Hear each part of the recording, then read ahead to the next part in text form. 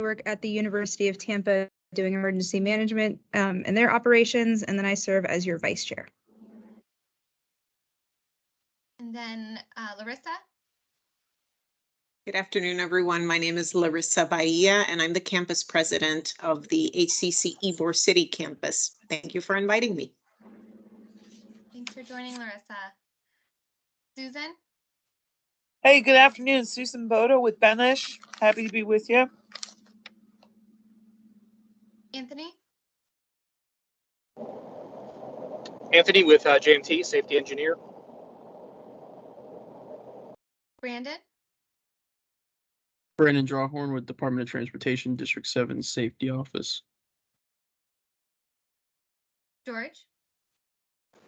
Good afternoon, George Evanston with Benish. And Julie. Hello, Julie Bond with Center for Urban Transportation Research at USF. Deborah. Here, Deborah Kish Johansson. I'm the Brandon Campus President of HCC. Thank you for the invite. Thanks, Deborah, for joining. Janice. Hi, everyone. I'm Janice Martinez, Law Enforcement Liaison for DOT District 7. Michael White. Corporal Michael White with the Tampa Police Department. I'm the supervisor over the traffic and DUI units. Lori. Lori Paleo, JMT. And Melissa. Everybody, I'm Melissa Shepard with JMT. And just to let you guys know, the meeting is being recorded. And if you're not speaking, please mute your microphones. Thanks, Melissa. Yu Zhang. Hi, good afternoon, everybody. Yu Zhang from College Engineering at USF and affiliate with Carter, and also directing the NISA, National Institute for Congestion Reduction, which is USDOT National University Transition Center. Thank you. Thank you. And Mike Zinn. Yeah, Mike Zinn, your FDOT CTST Program Manager for District 7. Excellent. It looks like we've got one person, Ping, who's on hold. Did I miss anybody else? Actually, Peter. Oh, okay. But he is on hold. I see that. Gotcha. All right. Well, if I didn't miss anybody else, then we can go ahead and take a look at our minutes from January. Thanks for pulling those up, Melissa. So feel free to take a look through those. They're also emailed. And if anybody has any corrections or things that we missed, feel free to share. Or if they look accurate, then we can approve them.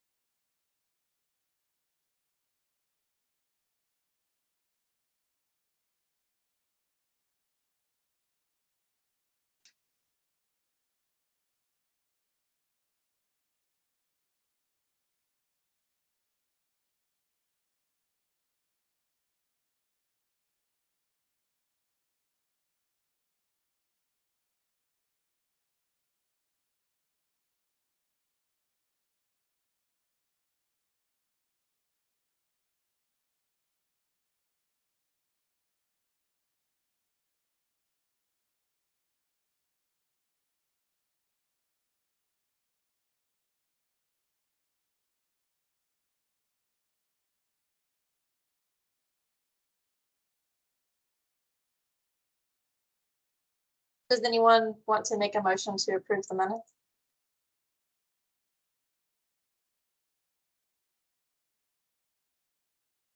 I'll make the motion. I'll second. Excellent. Thank you both. So January minutes are approved.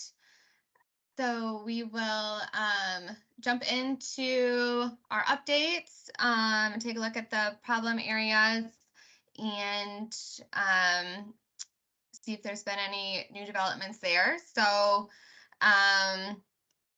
we've still got the one from North Boulevard and by Cypress Street. I know we talked about last time that there was some resurfacing going on and adding speed tables.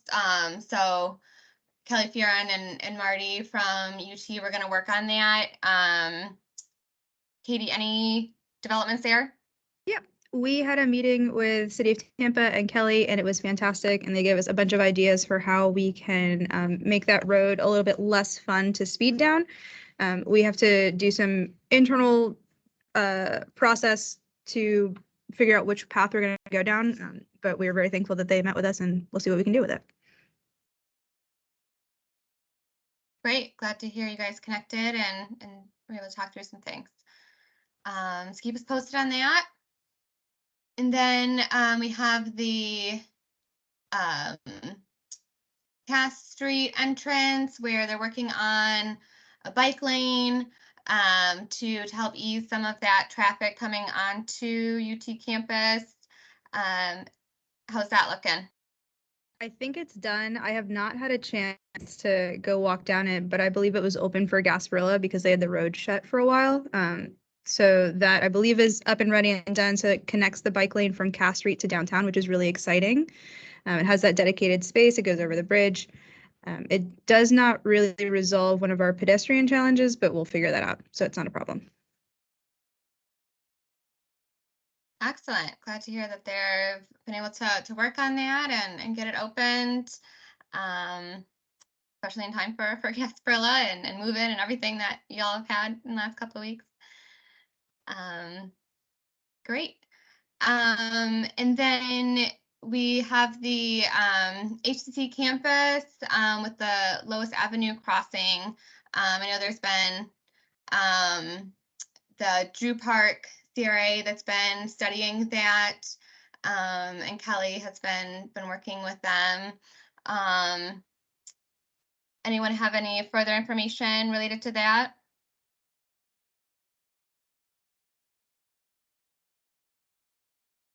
I don't see Kelly online today for an update, so. No, it doesn't look like Kelly was able to join, so we'll hold on to that. And then the next two I know are on our campus at USF, and I don't think Officer Marchesano could be with us, but let me make a note to send a message to her because I know she was working on that one about the lights that she had a work order in for a couple months ago. So we'll see if they've been able to follow up from the work order. And then I know for the Bruce B. Downs, there's still kind of construction going on that road by the IQ apartments and that place where students need to cross to get to campus and back. So I did reach out to Robert Campbell one more time. I just sent him another message this morning to see if there's any updates. So still waiting for some follow-up from the Hillsborough County side, but still kind of in the midst of the construction, I think. And then I know the last one was brought up last month about the stormwater drainage on Kennedy. And so I know that was another thing that was going to be discussed further for that area, and kind of continuing to monitor that. Any other updates on that, Katie? I don't think, not that I'm aware of. I think he's been chatting with the city, and I think I've been left out of those conversations, which is fine. Actually, I did a little more research on it. Kennedy Boulevard just is supposed to be under some kind of rehab construction. And I'm checking it down to see if anything is going to be addressed about the stormwater issue out there. And I haven't got an answer back from the construction yet. Gotcha. Thanks for up on that, Mike. And yeah, so just keep that on the list as well. Would anyone like to share any other areas on their campuses that they would like to bring to the attention of the group and try to troubleshoot? Yeah, Larissa, please. Hi, sorry, I didn't mean to be, first in line or anything. But since it's my first time in the group, I thought I should get out there. So we have buildings in a very urban area in on multiple streets in Ybor. Palm Avenue between 14th and 15th really divide our campus, and there are speed lights intended to slow down traffic on certain parts of Palm, and we appreciate those, but they still really have not been able to completely address the issues we have with that particular section of Palm, and so I just like to put it on the radar as to see what else might be some alternatives for us to slow down the traffic. Currently, when we, some of it is education on the part of that we can have to continue to work with our students and employees to cross at, appropriate sections and not where they feel like they should cross. But even at the crossings, we've had accidents because simply people are speeding on Palm and are not really paying attention and not stopping appropriately. So just one area of concern. Thank you. Thank you, Larissa. Mike, Yeah, I was going to just ask. so you know, I already just sent out an email to Jesse Horn. I'll put a police motorcycle out there and we'll monitor it and see what we can get done. Very good. That would be fantastic. And by the way, I appreciate you guys coming into this. We've been having these meetings for quite a few months now, and we somehow overlooked the other campuses. So it was brought to our attention last meeting to send an invite to you guys. So we appreciate you coming. Glad to be here, and if I can't be here, I'll make sure that somebody else is, just so that we can make sure we can keep the open lines of communication. So thank you.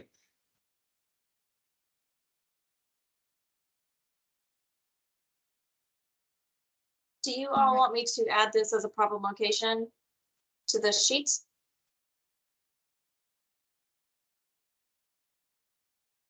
So I don't know how your process works. Okay.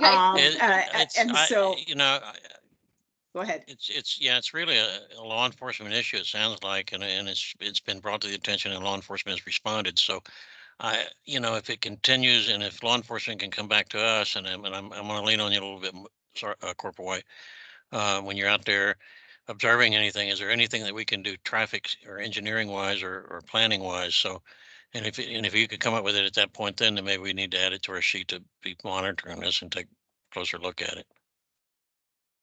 I've never heard of you putting extra things on me, Mike, but I will take care of it. Well, I know you're checking out the newest and the greatest DL swipers for us. So, I mean, what's one more thing?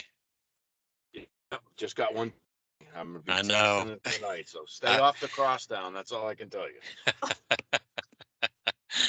Thank you. Thank you.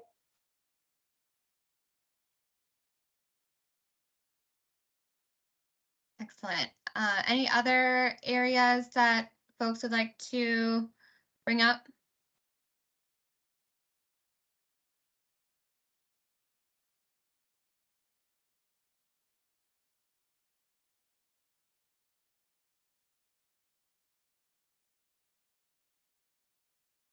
All right, doesn't sound like it. So we'll keep tabs on those, and hopefully the rest of a little extra patrolling in that area will help, but definitely keep us posted if you're able to join us next time. All right, so we can move next to our activity reports. Start with law enforcement activity. Purple White, is there anything you'd like to share? No, not really, which is probably a good thing. We've only had 2 fatalities in the city, which is unheard of. And they were recently, one was 2 nights ago and one was back on Sunday, and none of them were in the university areas. In fact, the one that was back on Sunday, he just passed last night. I just got word of that about 10 minutes ago. So none of them were, again, anywhere near any of the universities, which is the first.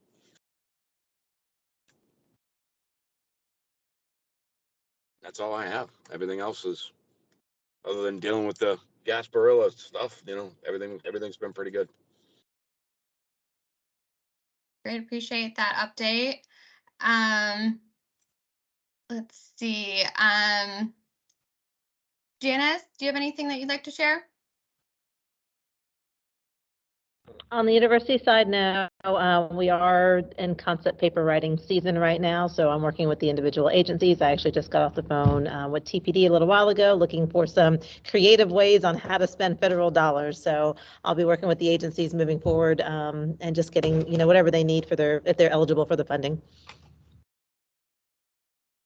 And that will go through the end of this month. So any concept papers, we only accept them in January and February. So that's a priority right now.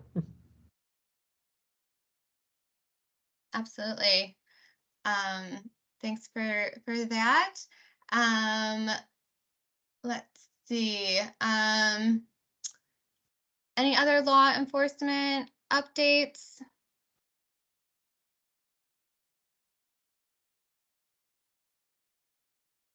All right, I don't think. Let's see. All right, then we'll move to our bike and pedestrian safety report out. So there's a couple of people from Cutter on. Would anybody like to share any updates from there? This is Julie at Cutter, and we continue to do quite a bit of education on the USF campus. I'd like to throw this out to any of the other college campuses. We are helping to support several bike rides during March Florida Bike Month. And if any campus would like to host one, let us know and we can see what we can do to help. So for example, we're supporting during March, which is Florida Bike Month, we're supporting the City of Temple Terrace 8th Annual Bike with the Mayor. Ford Pinellas is doing a bike ride in Oldsmar. Dunedin is doing a bike ride with their political leaders on the Pinellas Trail in Dunedin. And I'm still waiting to hear back from City of Tampa if they are doing one. So if anyone would like to consider doing something to celebrate March's Florida Bike Month, let me know.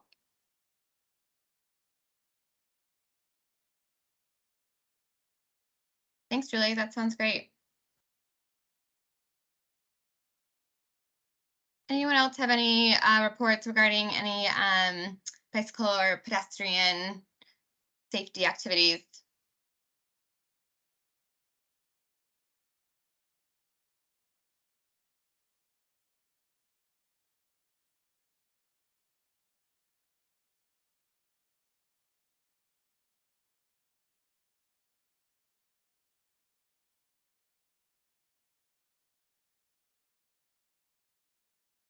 All right.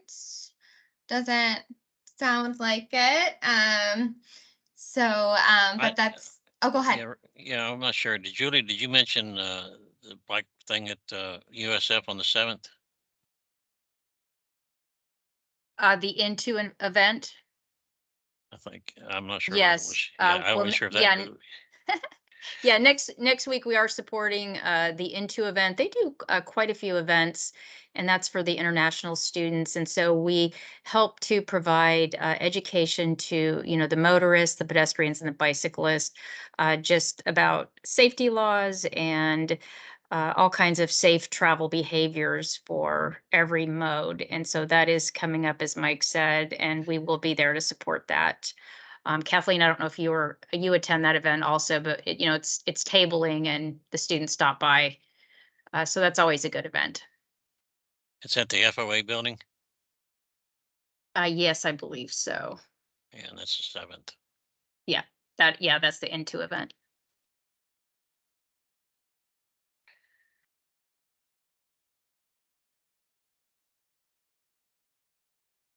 Wonderful. All right, well, there's nothing else there, then we can look at the fatal crash maps. As Officer White said, there wasn't anything this past month in the university areas. And as you can see, we've added the other HCC campuses, so we'll be able to continue to draw information from there. Yes, Paige. Sorry, I was raising and lowering. Could you also include our South Shore campus as well? Because I know just this past month, there was an accident right there at their intersection. It's very dangerous, and Leonard High School students also crossed the street to come over for dual enrollment. But one of our deans was driving there and was sideswiped in the intersection. So Yikes. might get a little tricky on this map, but I know you can do it. We'll get it added for you. Did we, All right. did we ever get a contact out from Plant City for the HCC campus out there? I shared Dr. Marty Clay's information. I don't know if he responded. I see our Ybor City campus president and our Brandon campus president are on the call today. And our South Shore campus president is also aware of the meeting. So it could be there was just not an opportunity today to participate. Okay.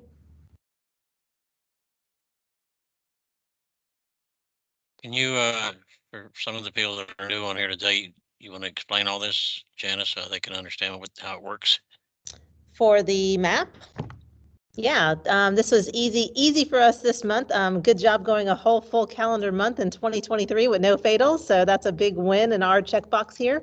But Melissa, I wish I could take all the credit for this, but I cannot. Melissa, thank you for sharing, and our great consultants that do this for us. But we'll basically break down all these crashes with our mapping for the individual universities. And so the individual universities have their own little coloring grid off there to the right-hand side, and then we'll break it down by the crash type. So if they hit an animal, it's a bicycle, it's a head-on, a left turn, and then our little pinpoint marks for our bicycles, our moped, our motorcycles, pedestrians, and vehicles. So at the end of the year, we'll be able to clearly lay it out and see, hopefully, if there's an emphasis areas. Obviously, if we have a whole bunch of bicycles in one area, then we need to go pay attention to that area. And it's a good visualization for all of us to be able to see and pinpoint problem locations. So Janice, we have the 2022 map here. Yeah. Which is exactly what Perfect. You're talking about. Yep. So there we go. So that we can see on the university side, they're few and far between, thank goodness. But yeah, you can see obviously if there's going to be the Dale Mabry campus that we've had 4 fatals, we may want to, zoom into that. And if we're seeing, multiple pedestrians or multiple bicycles, then probably we could get out there and do a little mini RSA and see if there's something that we're missing. Maybe it's a curb issue, maybe it's a lighting issue. But this is a fantastic visualization for us as a team to get together and correct some problems and save some lives.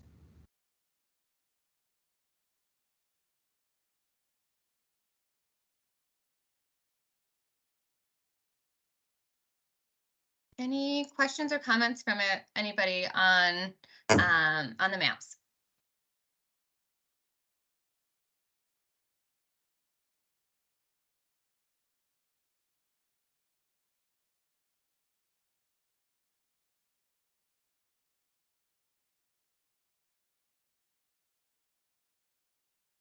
Yeah, appreciate everybody's work putting those together, especially adding those other campuses and even the Plant City one out there. So I think that'll be helpful moving forward as well.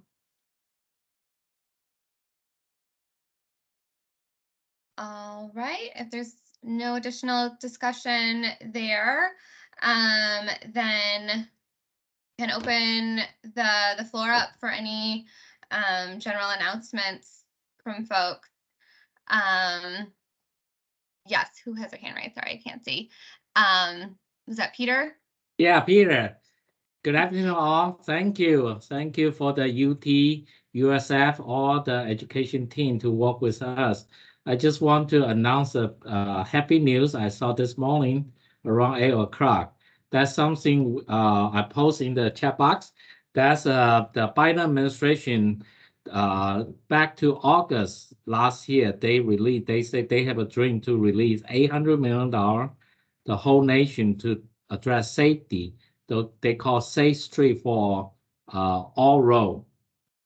And later, the selection result was announced this morning. And basically 800 million, Tampa Bay. I'm talking about District 7. We have 5 counties. I'm very happy. We receive a little bit more than 40.5 million. So we receive more than 5% of the money. And we are really higher than Orlando, Miami, everywhere else. So I'm very happy. But later, I'm going to use this chance to let our team member know. The city of Tampa, Hillsborough County, I post what they want. They have a lot of idea. They want to address safe route to school, really to take care of from little kid all the way to big kids. And later, they also have a lot of safety action they want to do relate to quick fix project. For example, we heard something, the North Boulevard have an issue, and they say, hey, they want to use this grant as a way to quick fix. That definition for quick fix is everything can be done within 2 weeks construction. So that's something I really use this chance to really encourage all the educators here to know, hey, something we have a lot of big resource coming. This is City of Tampa, Hillsborough County, both won almost $20 million each. And later, and their politician last week talking about they have I think all of us donate quite a lot of money a few years ago for the additional 1% transportation tax. That's another $569 million. They are talking about under that particular money, they want to allocate $124 million for safety, basically to be used by City of Tampa, Hillsborough County, Temple Terrace, and Prince City. And later, I'm talking about just for these 2 local agencies side, not included the DOT side. You will talk about next couple of years, this county will be very, very busy for safety action, more than $160 million going on. So be ready. And, if you don't let the city and county know, or even DOT know, the safety issue on city or county or state highway, our system is smart enough, but not smart enough to know what you're talking about. So I encourage this chance to really let all the educators know, hey, if you have anything critical related safety, there's a good timing right now. Funding is almost here. Lots of money.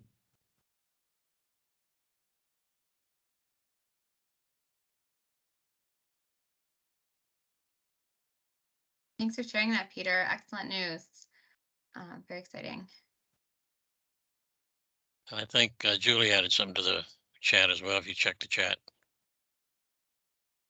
I just added our 1-hour virtual free course that's still available. So I'm not sure if I shared it with this group. I know we have some new members, so that's free via Cutter. So it really focuses on how we can shift the narrative. It talks about, crash versus accident, why we don't say accident, and it has some other interesting things, and you get a certificate when you are complete. So if anyone wants to take it, go to the link and sign up, and it is free right now.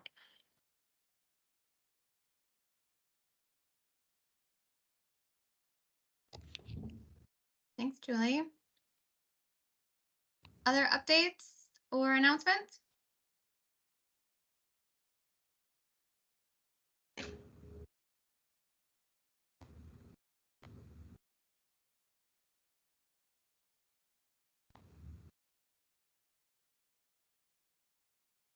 I know Janine from MAD couldn't be here. I know she may have shared in the past about their walk in March. Let me just find my email. They reached out to me not too long ago to see if we could help engage some more USF students in participating in the walk. And so we're gonna get together and brainstorm some ideas since students can go for free.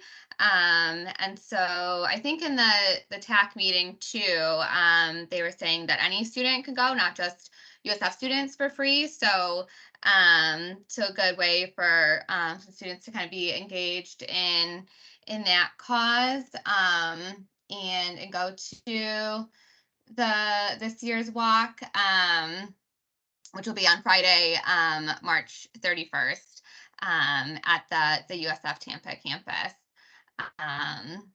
So if you have questions about that, I can get you in touch with Janine as well, and Sharon, who also is helping with coordinating that. I see Ellen's on the line. Ellen, you got anything?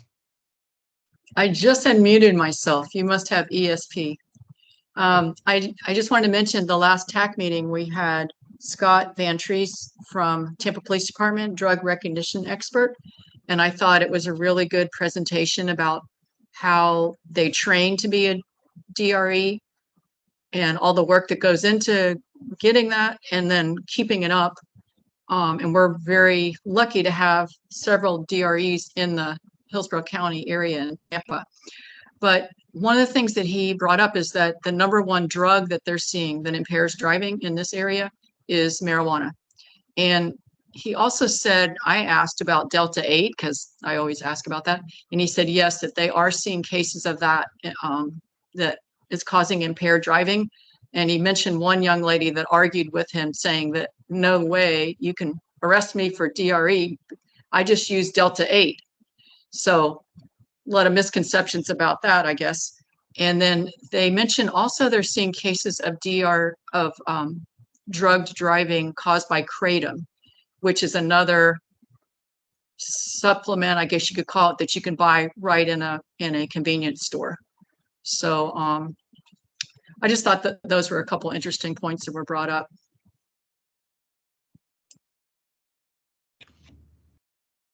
Paige asked, what is Delta 8? So it's basically, Ellen could probably explain it better than I can too, but it is THC that has been formed from CBD. So because of this farm bill that allows for hemp to be used, some people have been able to figure out how to create the psychoactive ingredient of marijuana, and what's in normal marijuana is Delta 9 THC, so this is Delta 8 THC, but it still has a lot of the same effects, but there's no sort of regulation, and so it can be sold legally. You can find it at a lot of convenience stores and gas stations, so people think because it's legal that it's fine or safe, but they don't really know what they're getting.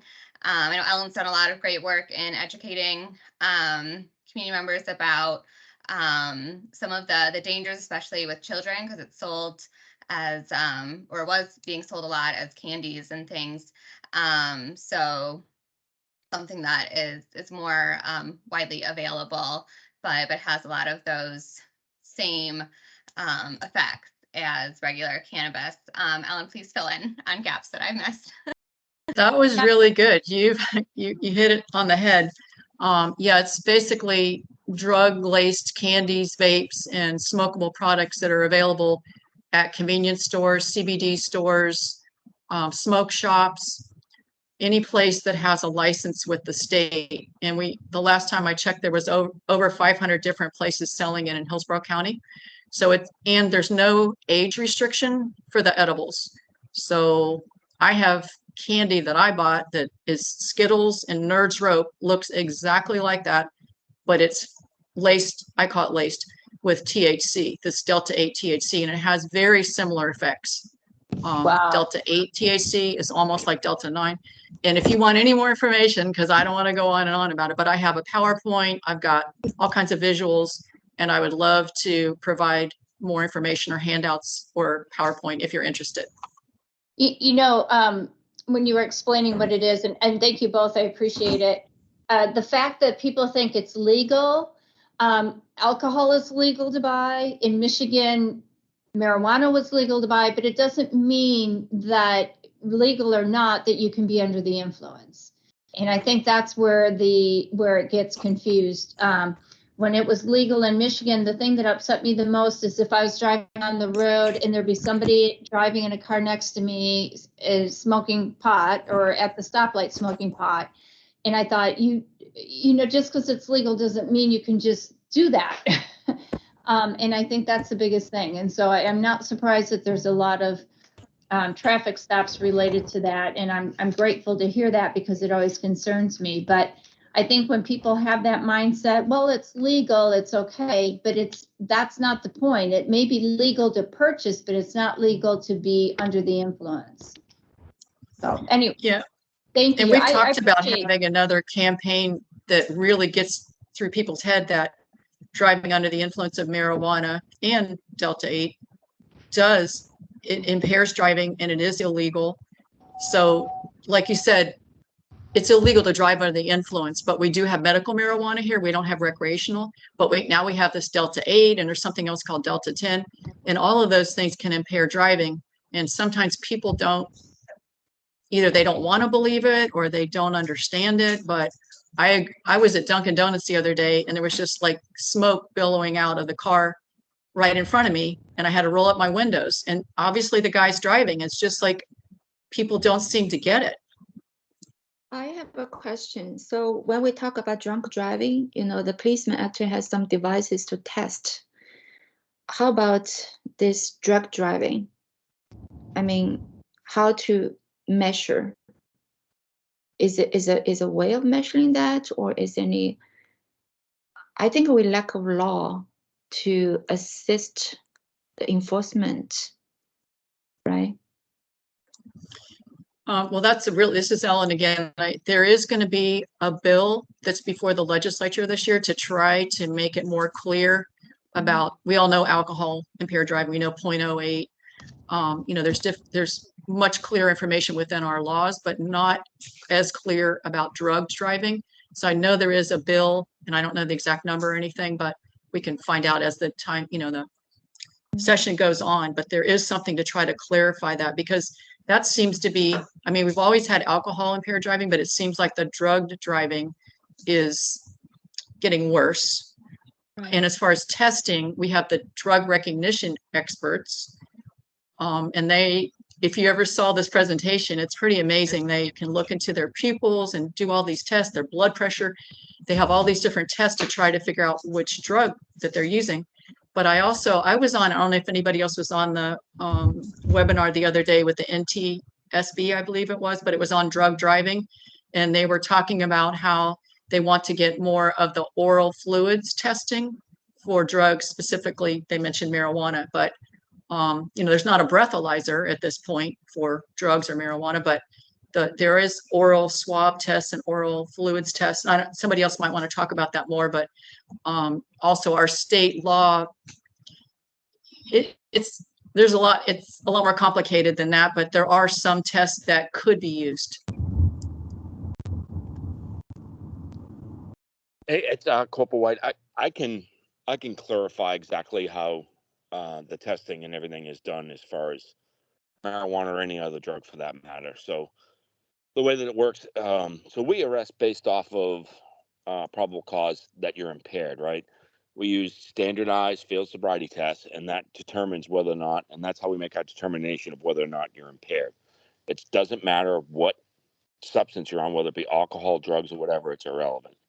All of my guys, including my non-DREs, which almost all my guys, with the exception of 3, I believe, are DREs.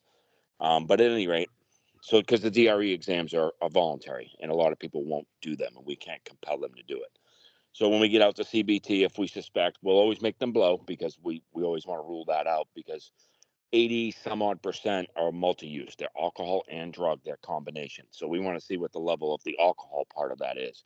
And then what we do is we'll request a urine test. And if they take the urine test, we send it off to FDLE.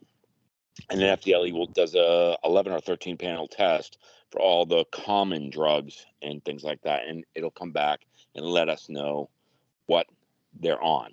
So if they're on marijuana, it'll come back that they're on marijuana or what the Colliobit is. But it doesn't quantify, and that's the problem that we have. They don't quantify it. So in other words, you could be on marijuana, but that may not be what's impairing you. It could be something else that they don't test for. So there are a lot of problems with how FDLE tests, and I know that they're working on that now to try to increase that panel of testing. Just because it comes back with a positive on marijuana, we don't know what level. It's not like a breath test where we can say 08 is the level, and then we know that's the level that we have determined to be impairment. We don't have that with marijuana. The only time that anything is quantified is through the medical examiners, and that's usually done through ocular.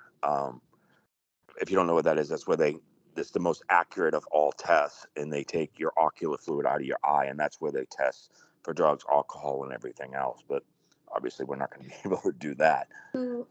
So that's how it's done.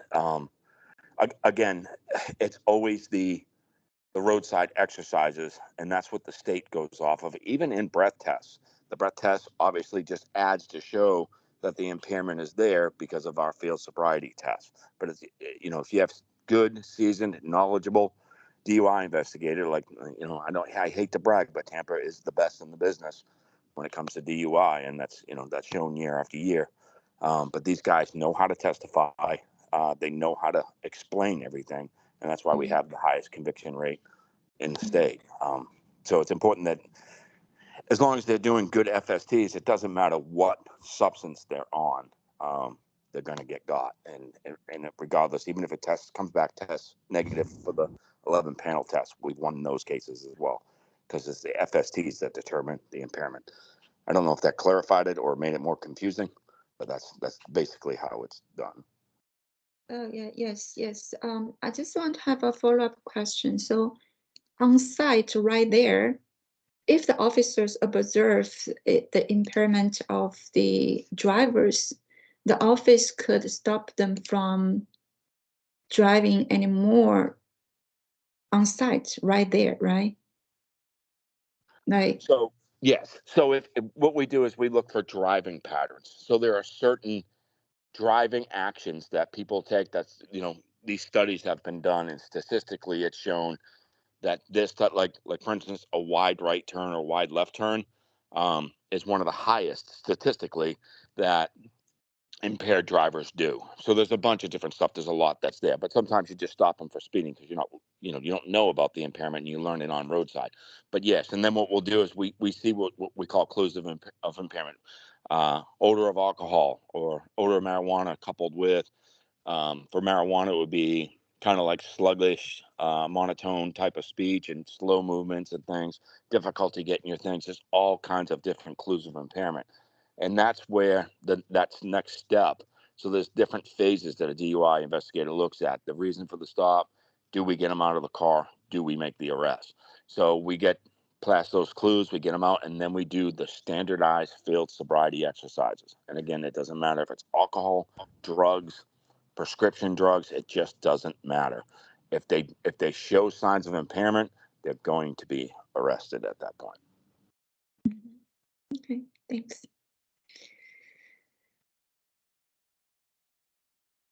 Yeah, I put a couple of things in the chat. One thing was just to give you an idea of how some of the Delta 8 is packaged. It's just a little picture of it. And the other thing is a link to a YouTube that we produced here in cooperation with some of our partners. Is about Delta 8.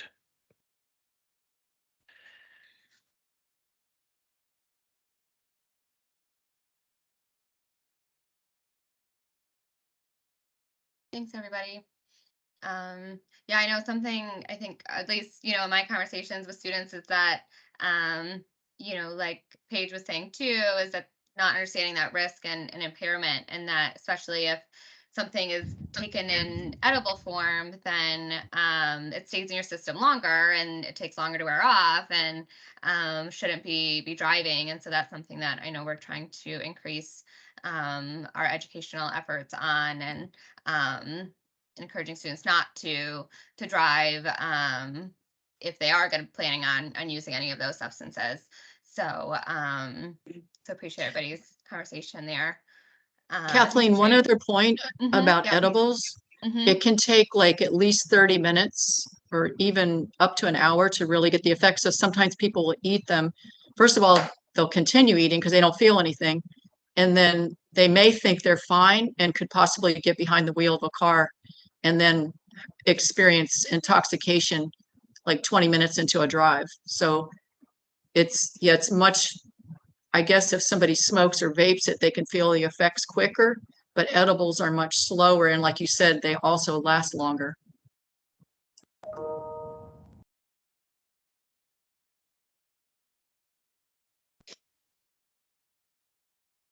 Other questions or comments or things people would like to share during the time that we have left?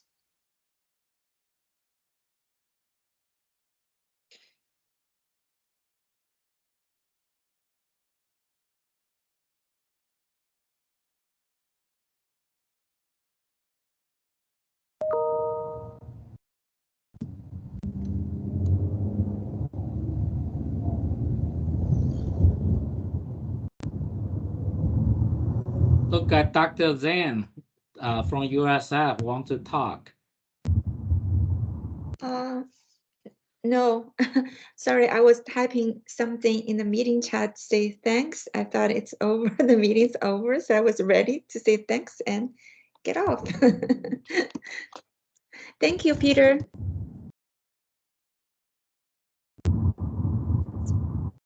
All right, well, yes, I guess if there aren't any other further updates or announcements, then we can sign off. If you're able to come to our next meeting, we'll also be meeting in this virtual format on the 1st of March at 3 p.m. So additional calendar links will be sent closer to that date, but if you want to hold it on your calendar, then we look forward to seeing you then. And if there's any other questions or updates or things that come up in the meantime, feel free to reach out. But appreciate everybody's time this afternoon and for all the work that you do.